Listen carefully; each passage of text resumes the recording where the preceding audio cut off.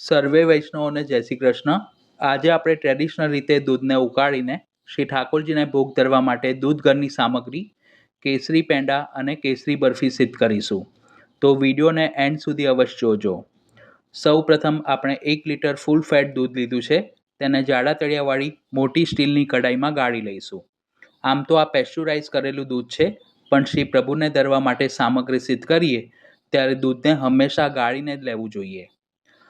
250 mlના કપથી માપ લો તો 4 કપ દૂધ લેવું. હવે કડાઈને ગેસ પર મૂકી તેજ આંચ પર ગરમ કરીશું અને દૂધ કડાઈના તળિયે ચોંટે નહીં તેના માટે તાવેથા વડે સતત હલાવતા રહીશું. જ્યારે પણ દૂધને ઉકાળીને પેંડા કે બરફી સિદ્ધ કરીએ ત્યારે તેજ આંચ જ રાખવી, જેથી માવો પ્રમાણમાં સફેદ અને નરમ ઉતરશે. જો ધીમી આંચ પર દૂધને ગરમ કરશો તો માવો પ્રમાણમાં બદામી બનશે. 5 થી 7 મિનિટ બાદ દૂધમાં ઉભરો આવે એટલે ગેસ થોડીવાર માટે ધીમો કરી મેં કપમાં 1 ચમચી કેસરના તાંતણા લીધા છે. તેમાં થોડું ગરમ દૂધ પધરાવીને મિક્સ કરીશું, જેથી કેસરનો રંગ દૂધમાં સરખી રીતે બેસી જશે. શ્રી પ્રભુની સામગ્રીમાં ક્યારેય પણ ફૂડ કલરનો ઉપયોગ ન કરવો.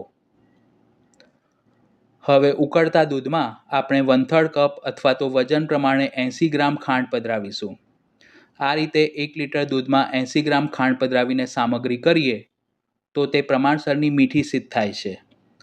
ખાંડ સરખી રીતે ઓગળે અને દૂધ ઉકળીને 50% જેટલું ઘટ થાય ત્યાં સુધી તેને તેજ આંચ પર તાવેથા વડે હલાવતા રહીશું.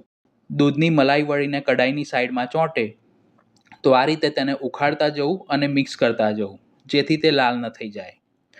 15 થી 20 મિનિટ બાદ હવે દૂધ ઉકળીને 50% ઘટ થઈ ગયું છે અને ખાંડ ઓગળવાના લીધે દૂધનો રંગ પણ સાધારણ પીળો થયો છે. આ સમયે તેમાં ગરમ દૂધમાં પલાળેલું કેસર પધરાવી મિક્સ કરીશું, જેથી માવો બને ત્યાં સુધી કેસરનો રંગ અને સુગંધ તેમાં સરખી રીતે બેસી જાય. આ રીતનું સારી ક્વોલિટીનું કેસર હશે તો સામગ્રીનો રંગ પણ ખૂબ જ સુંદર આવશે. જો તમારે સફેદ પેંડા કે બરફી કરવી હોય તો દૂધમાં કેસર ન પધરાવવું, બાકીની પ્રોસેસ સેમ રહેશે. ટોટલ 30 મિનિટ સુધી દૂધને તેજ આંચ પર ઉકાળ્યા બાદ તે ઘટ થઈને ત્રીજા ભાગનું થઈ ગયું છે. જો શ્રી પ્રભુને ધરવા માટે કેસરી બાસુંદી સિદ્ધ કરવી હોય તો આ સમયે ગેસ બંધ કરી તેમાં સુગંધી માટે ઇલાયચી પાવડર અને સૂકા મેવાની કતરણ પધરાવી શકો છો. પણ બરફી કે પેંડા સિદ્ધ કરવા માટે હજુ પણ દૂધનો માવો બને ત્યાં સુધી તેને ઉકાળીને ઘટ કરવું જરૂરી છે. આ સિવાય પણ શ્રી પ્રભુને ભોગ ધરી શકાય તેવી વિવિધ દૂધઘર, નાગરી, ખાંડઘર, અનસખડી અને સખડીની સામગ્રી મેં ચેનલ પર પોસ્ટ કરી છે. તેના પ્લેલિસ્ટની લિંક ડિસ્ક્રિપ્શન બોક્સમાં આપી છે. દૂધને 40 મિનિટ સુધી ઉકાળ્યા બાદ તેનું ટેક્સચર લચ્છેદાર રબડી જેવું થઈ ગયું છે. આ સમયે દૂધના છાંટા પણ ઉડે છે, એટલે ગેસની આંચ ધીમી કરી મિશ્રણમાં 1 ચમચી જેટલું ઘી પધરાવવું, જેથી છાંટા ઉડતા બંધ થઈ જશે. હવે ધીમી આંચ રાખીને જ તાવેથા વડે તેને એક જ દિશામાં સતત હલાવતા રહીશું, જેથી માવો પ્રમાણમાં નરમ ઉતરશે.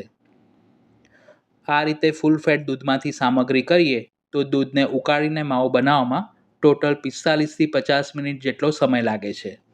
પેંડા કે બરફી બનાવતી વખતે માવો વધુ પડતો કડક ન થાય તેનું ખાસ ધ્યાન રાખવું, કારણ કે માવો જો ઓવરકુક થશે તો સામગ્રી ઠંડી થયા પછી ડ્રાય અને કણીદાર થઈ જાય છે. એટલે આ રીતનું થોડું સાધારણ મોઇશ્ચર રહે ત્યાં સુધી જ ગેસ ચાલુ રાખવો.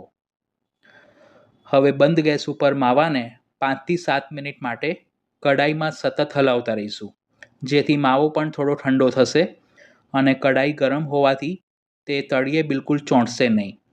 આ નાની નાની ટિપ્સ ખાસ ફોલો કરવી. 1 લીટર દૂધમાં 80 ગ્રામ ખાંડ પધરાવીને સામગ્રી કરીએ તો 300 ગ્રામ જેટલી સામગ્રી સિદ્ધ થાય છે. એટલે તમારે 1 કિલો બરફી કે પેંડા કરવા હોય તો 3.5 લીટર ફૂલ ફેટ દૂધ અને 250 ગ્રામ ખાંડની જરૂર પડશે. આ રીતે માવો થોડો સાધારણ ઠંડો થાય પછી તેને ઘી લગાવેલી પ્લેટમાં કાઢી 1 કલાક માટે રૂમ ટેમ્પરેચર પર ઠંડો થવા દઈશું, કારણ કે માવો ગરમ હશે તો તેમાંથી પેંડા સરખા નહીં વળે અને બરફીને પણ સેટ થવામાં લાંબો સમય લાગશે. 1 કલાક પછી માવો એકદમ ઠંડો થઈ ગયો છે. આ સમયે તેમાં સુગંધી માટે 4 નંગ અધકચરી વાટેલી ઇલાયચી પધરાવી હાથ વડે સરખી રીતે મિક્સ કરીશું. ઇલાયચીનો બહુ બારીક પાવડર ન કરવો, નહીંતર સામગ્રી દેખાવમાં થોડી શ્યામ બનશે. આ સામગ્રી હું મારી સમજ પ્રમાણે સિદ્ધ કરું છું. આપ આપના ગુરુકુળની રીત અને આજ્ઞા મુજબ કરી શકો છો. હવે જે માપના પેંડા કરવા હોય તે પ્રમાણે ચમચી કે નાની વાટકીમાં સમાય તેટલો માવો ભરીશું અને હથેળીમાં થોડું ઘી લગાવી હળવા હાથે બિલકુલ ક્રેક ન રહે તે રીતના ગોળાકાર પેંડા વાળી તેને પ્લેટમાં ગોઠવીશું. શ્રી પ્રભુ માટેની ભોગ સામગ્રીમાં ડેરીમાં મળતો તૈયાર માવો કે પેકેટમાં મળતા મિલ્ક પાવડરનો ઉપયોગ ન કરવો. આ રીતે ઘરે જ દૂધને ઉકાળીને અપરસમાં સામગ્રી સિદ્ધ કરવાનો આગ્રહ રાખવો. આ માપ પ્રમાણે આપણે 9 નંગ પેંડા અને 4 નંગ બરફી સિદ્ધ કરીશું. આ સામગ્રીને 2 થી 3 દિવસ સુધી રૂમ ટેમ્પરેચર પર અને 8 થી 10 દિવસ સુધી રેફ્રિજરેટરમાં સ્ટોર કરી શકાય છે. પરંતુ શ્રી પ્રભુને હંમેશા તાજી સામગ્રી ભોગ ધરવાનો જ આગ્રહ રાખવો. પેંડા વાળી લીધા પછી જે અડધો માવો છે તેને ઘીથી ગ્રીસ કરેલી ચોકીમાં કાઢી સરખો સપાટ કરીશું અને બરફીનો આકાર આપીશું. માવો આ રીતે પહેલેથી જ ઠંડો કરેલો હશે તો બરફીને જામવામાં ફક્ત 15 થી 20 મિનિટ જેટલો સમય લાગશે. હવે બરફીની ઉપર પિસ્તાની કતરણથી સજાવટ કરીશું. 8 થી 10 નંગ જેટલા મોળા પિસ્તાને મેં ગરમ જળમાં થોડીવાર માટે પલાળી રાખ્યા હતા. પછી તેના ઉપર રહેલા ફોતરાને કાઢી પિસ્તાને પાતળી સ્લાઇસમાં સમારી લીધા છે. ચમચી વડે હળવા હાથે દબાવીશું જેથી પિસ્તાની કતરણ બરફી ઉપર લાગી જશે. બરફી સેટ થાય ત્યાં સુધી આપણે જે પેંડા વાળીને રાખ્યા છે તેના ઉપર આ રીતના મોલ્ડથી થોડી ડિઝાઇન પાડીશું. આ રીતના મોલ્ડ આપણને માર્કેટમાં કે ઓનલાઈન સરળતાથી મળી જાય છે અને મોલ્ડ ન હોય તો કાંટા ચમચીથી પણ ડિઝાઇન કરી શકો છો. અત્યારે હિંડોળા ચાલી રહ્યા છે. પછી પવિત્રા એકાદશી, જન્માષ્ટમી અને રાધાષ્ટમી જેવા મોટા ઉત્સવ આવશે તો તેમાં પણ આ દૂધગરની સામગ્રી સિદ્ધ કરીને શ્રી પ્રભુને ભોગ ધરી શકાય છે. હવે પેંડા ઉપર પણ આપણે પિસ્તાની કતરણથી સજાવટ કરીશું જેથી તે દેખાવમાં ખૂબ જ સુંદર બનશે. શ્રી પ્રભુને સોહાય તેવા કેસરી પેંડા સિદ્ધ થઈ ગયા છે. હવે બરફીને ચોકીમાંથી બહાર કાઢી એક સરખા ટૂંક કરીશું. બરફી અને પેંડા આપણે કાચી ખાંડના અને ચાસણી કરીને પણ સિદ્ધ કરી શકીએ છીએ. સામગ્રીને પાત્રમાં સાજીશું. તો આપ પણ આ દૂધગરની સામગ્રી ઘરે અવશ્ય સિદ્ધ કરજો. સામગ્રીની રીત પસંદ આવી હોય તો વિડીયોને લાઇક અને શેર કરી ચેનલને સબસ્ક્રાઈબ કરજો. સર્વે વૈષ્ણવોને પવિત્ર એકાદશી ઉત્સવની આગમની ખૂબ ખૂબ મંગલ વધાઈ. એવં ભગવત સ્મરણ.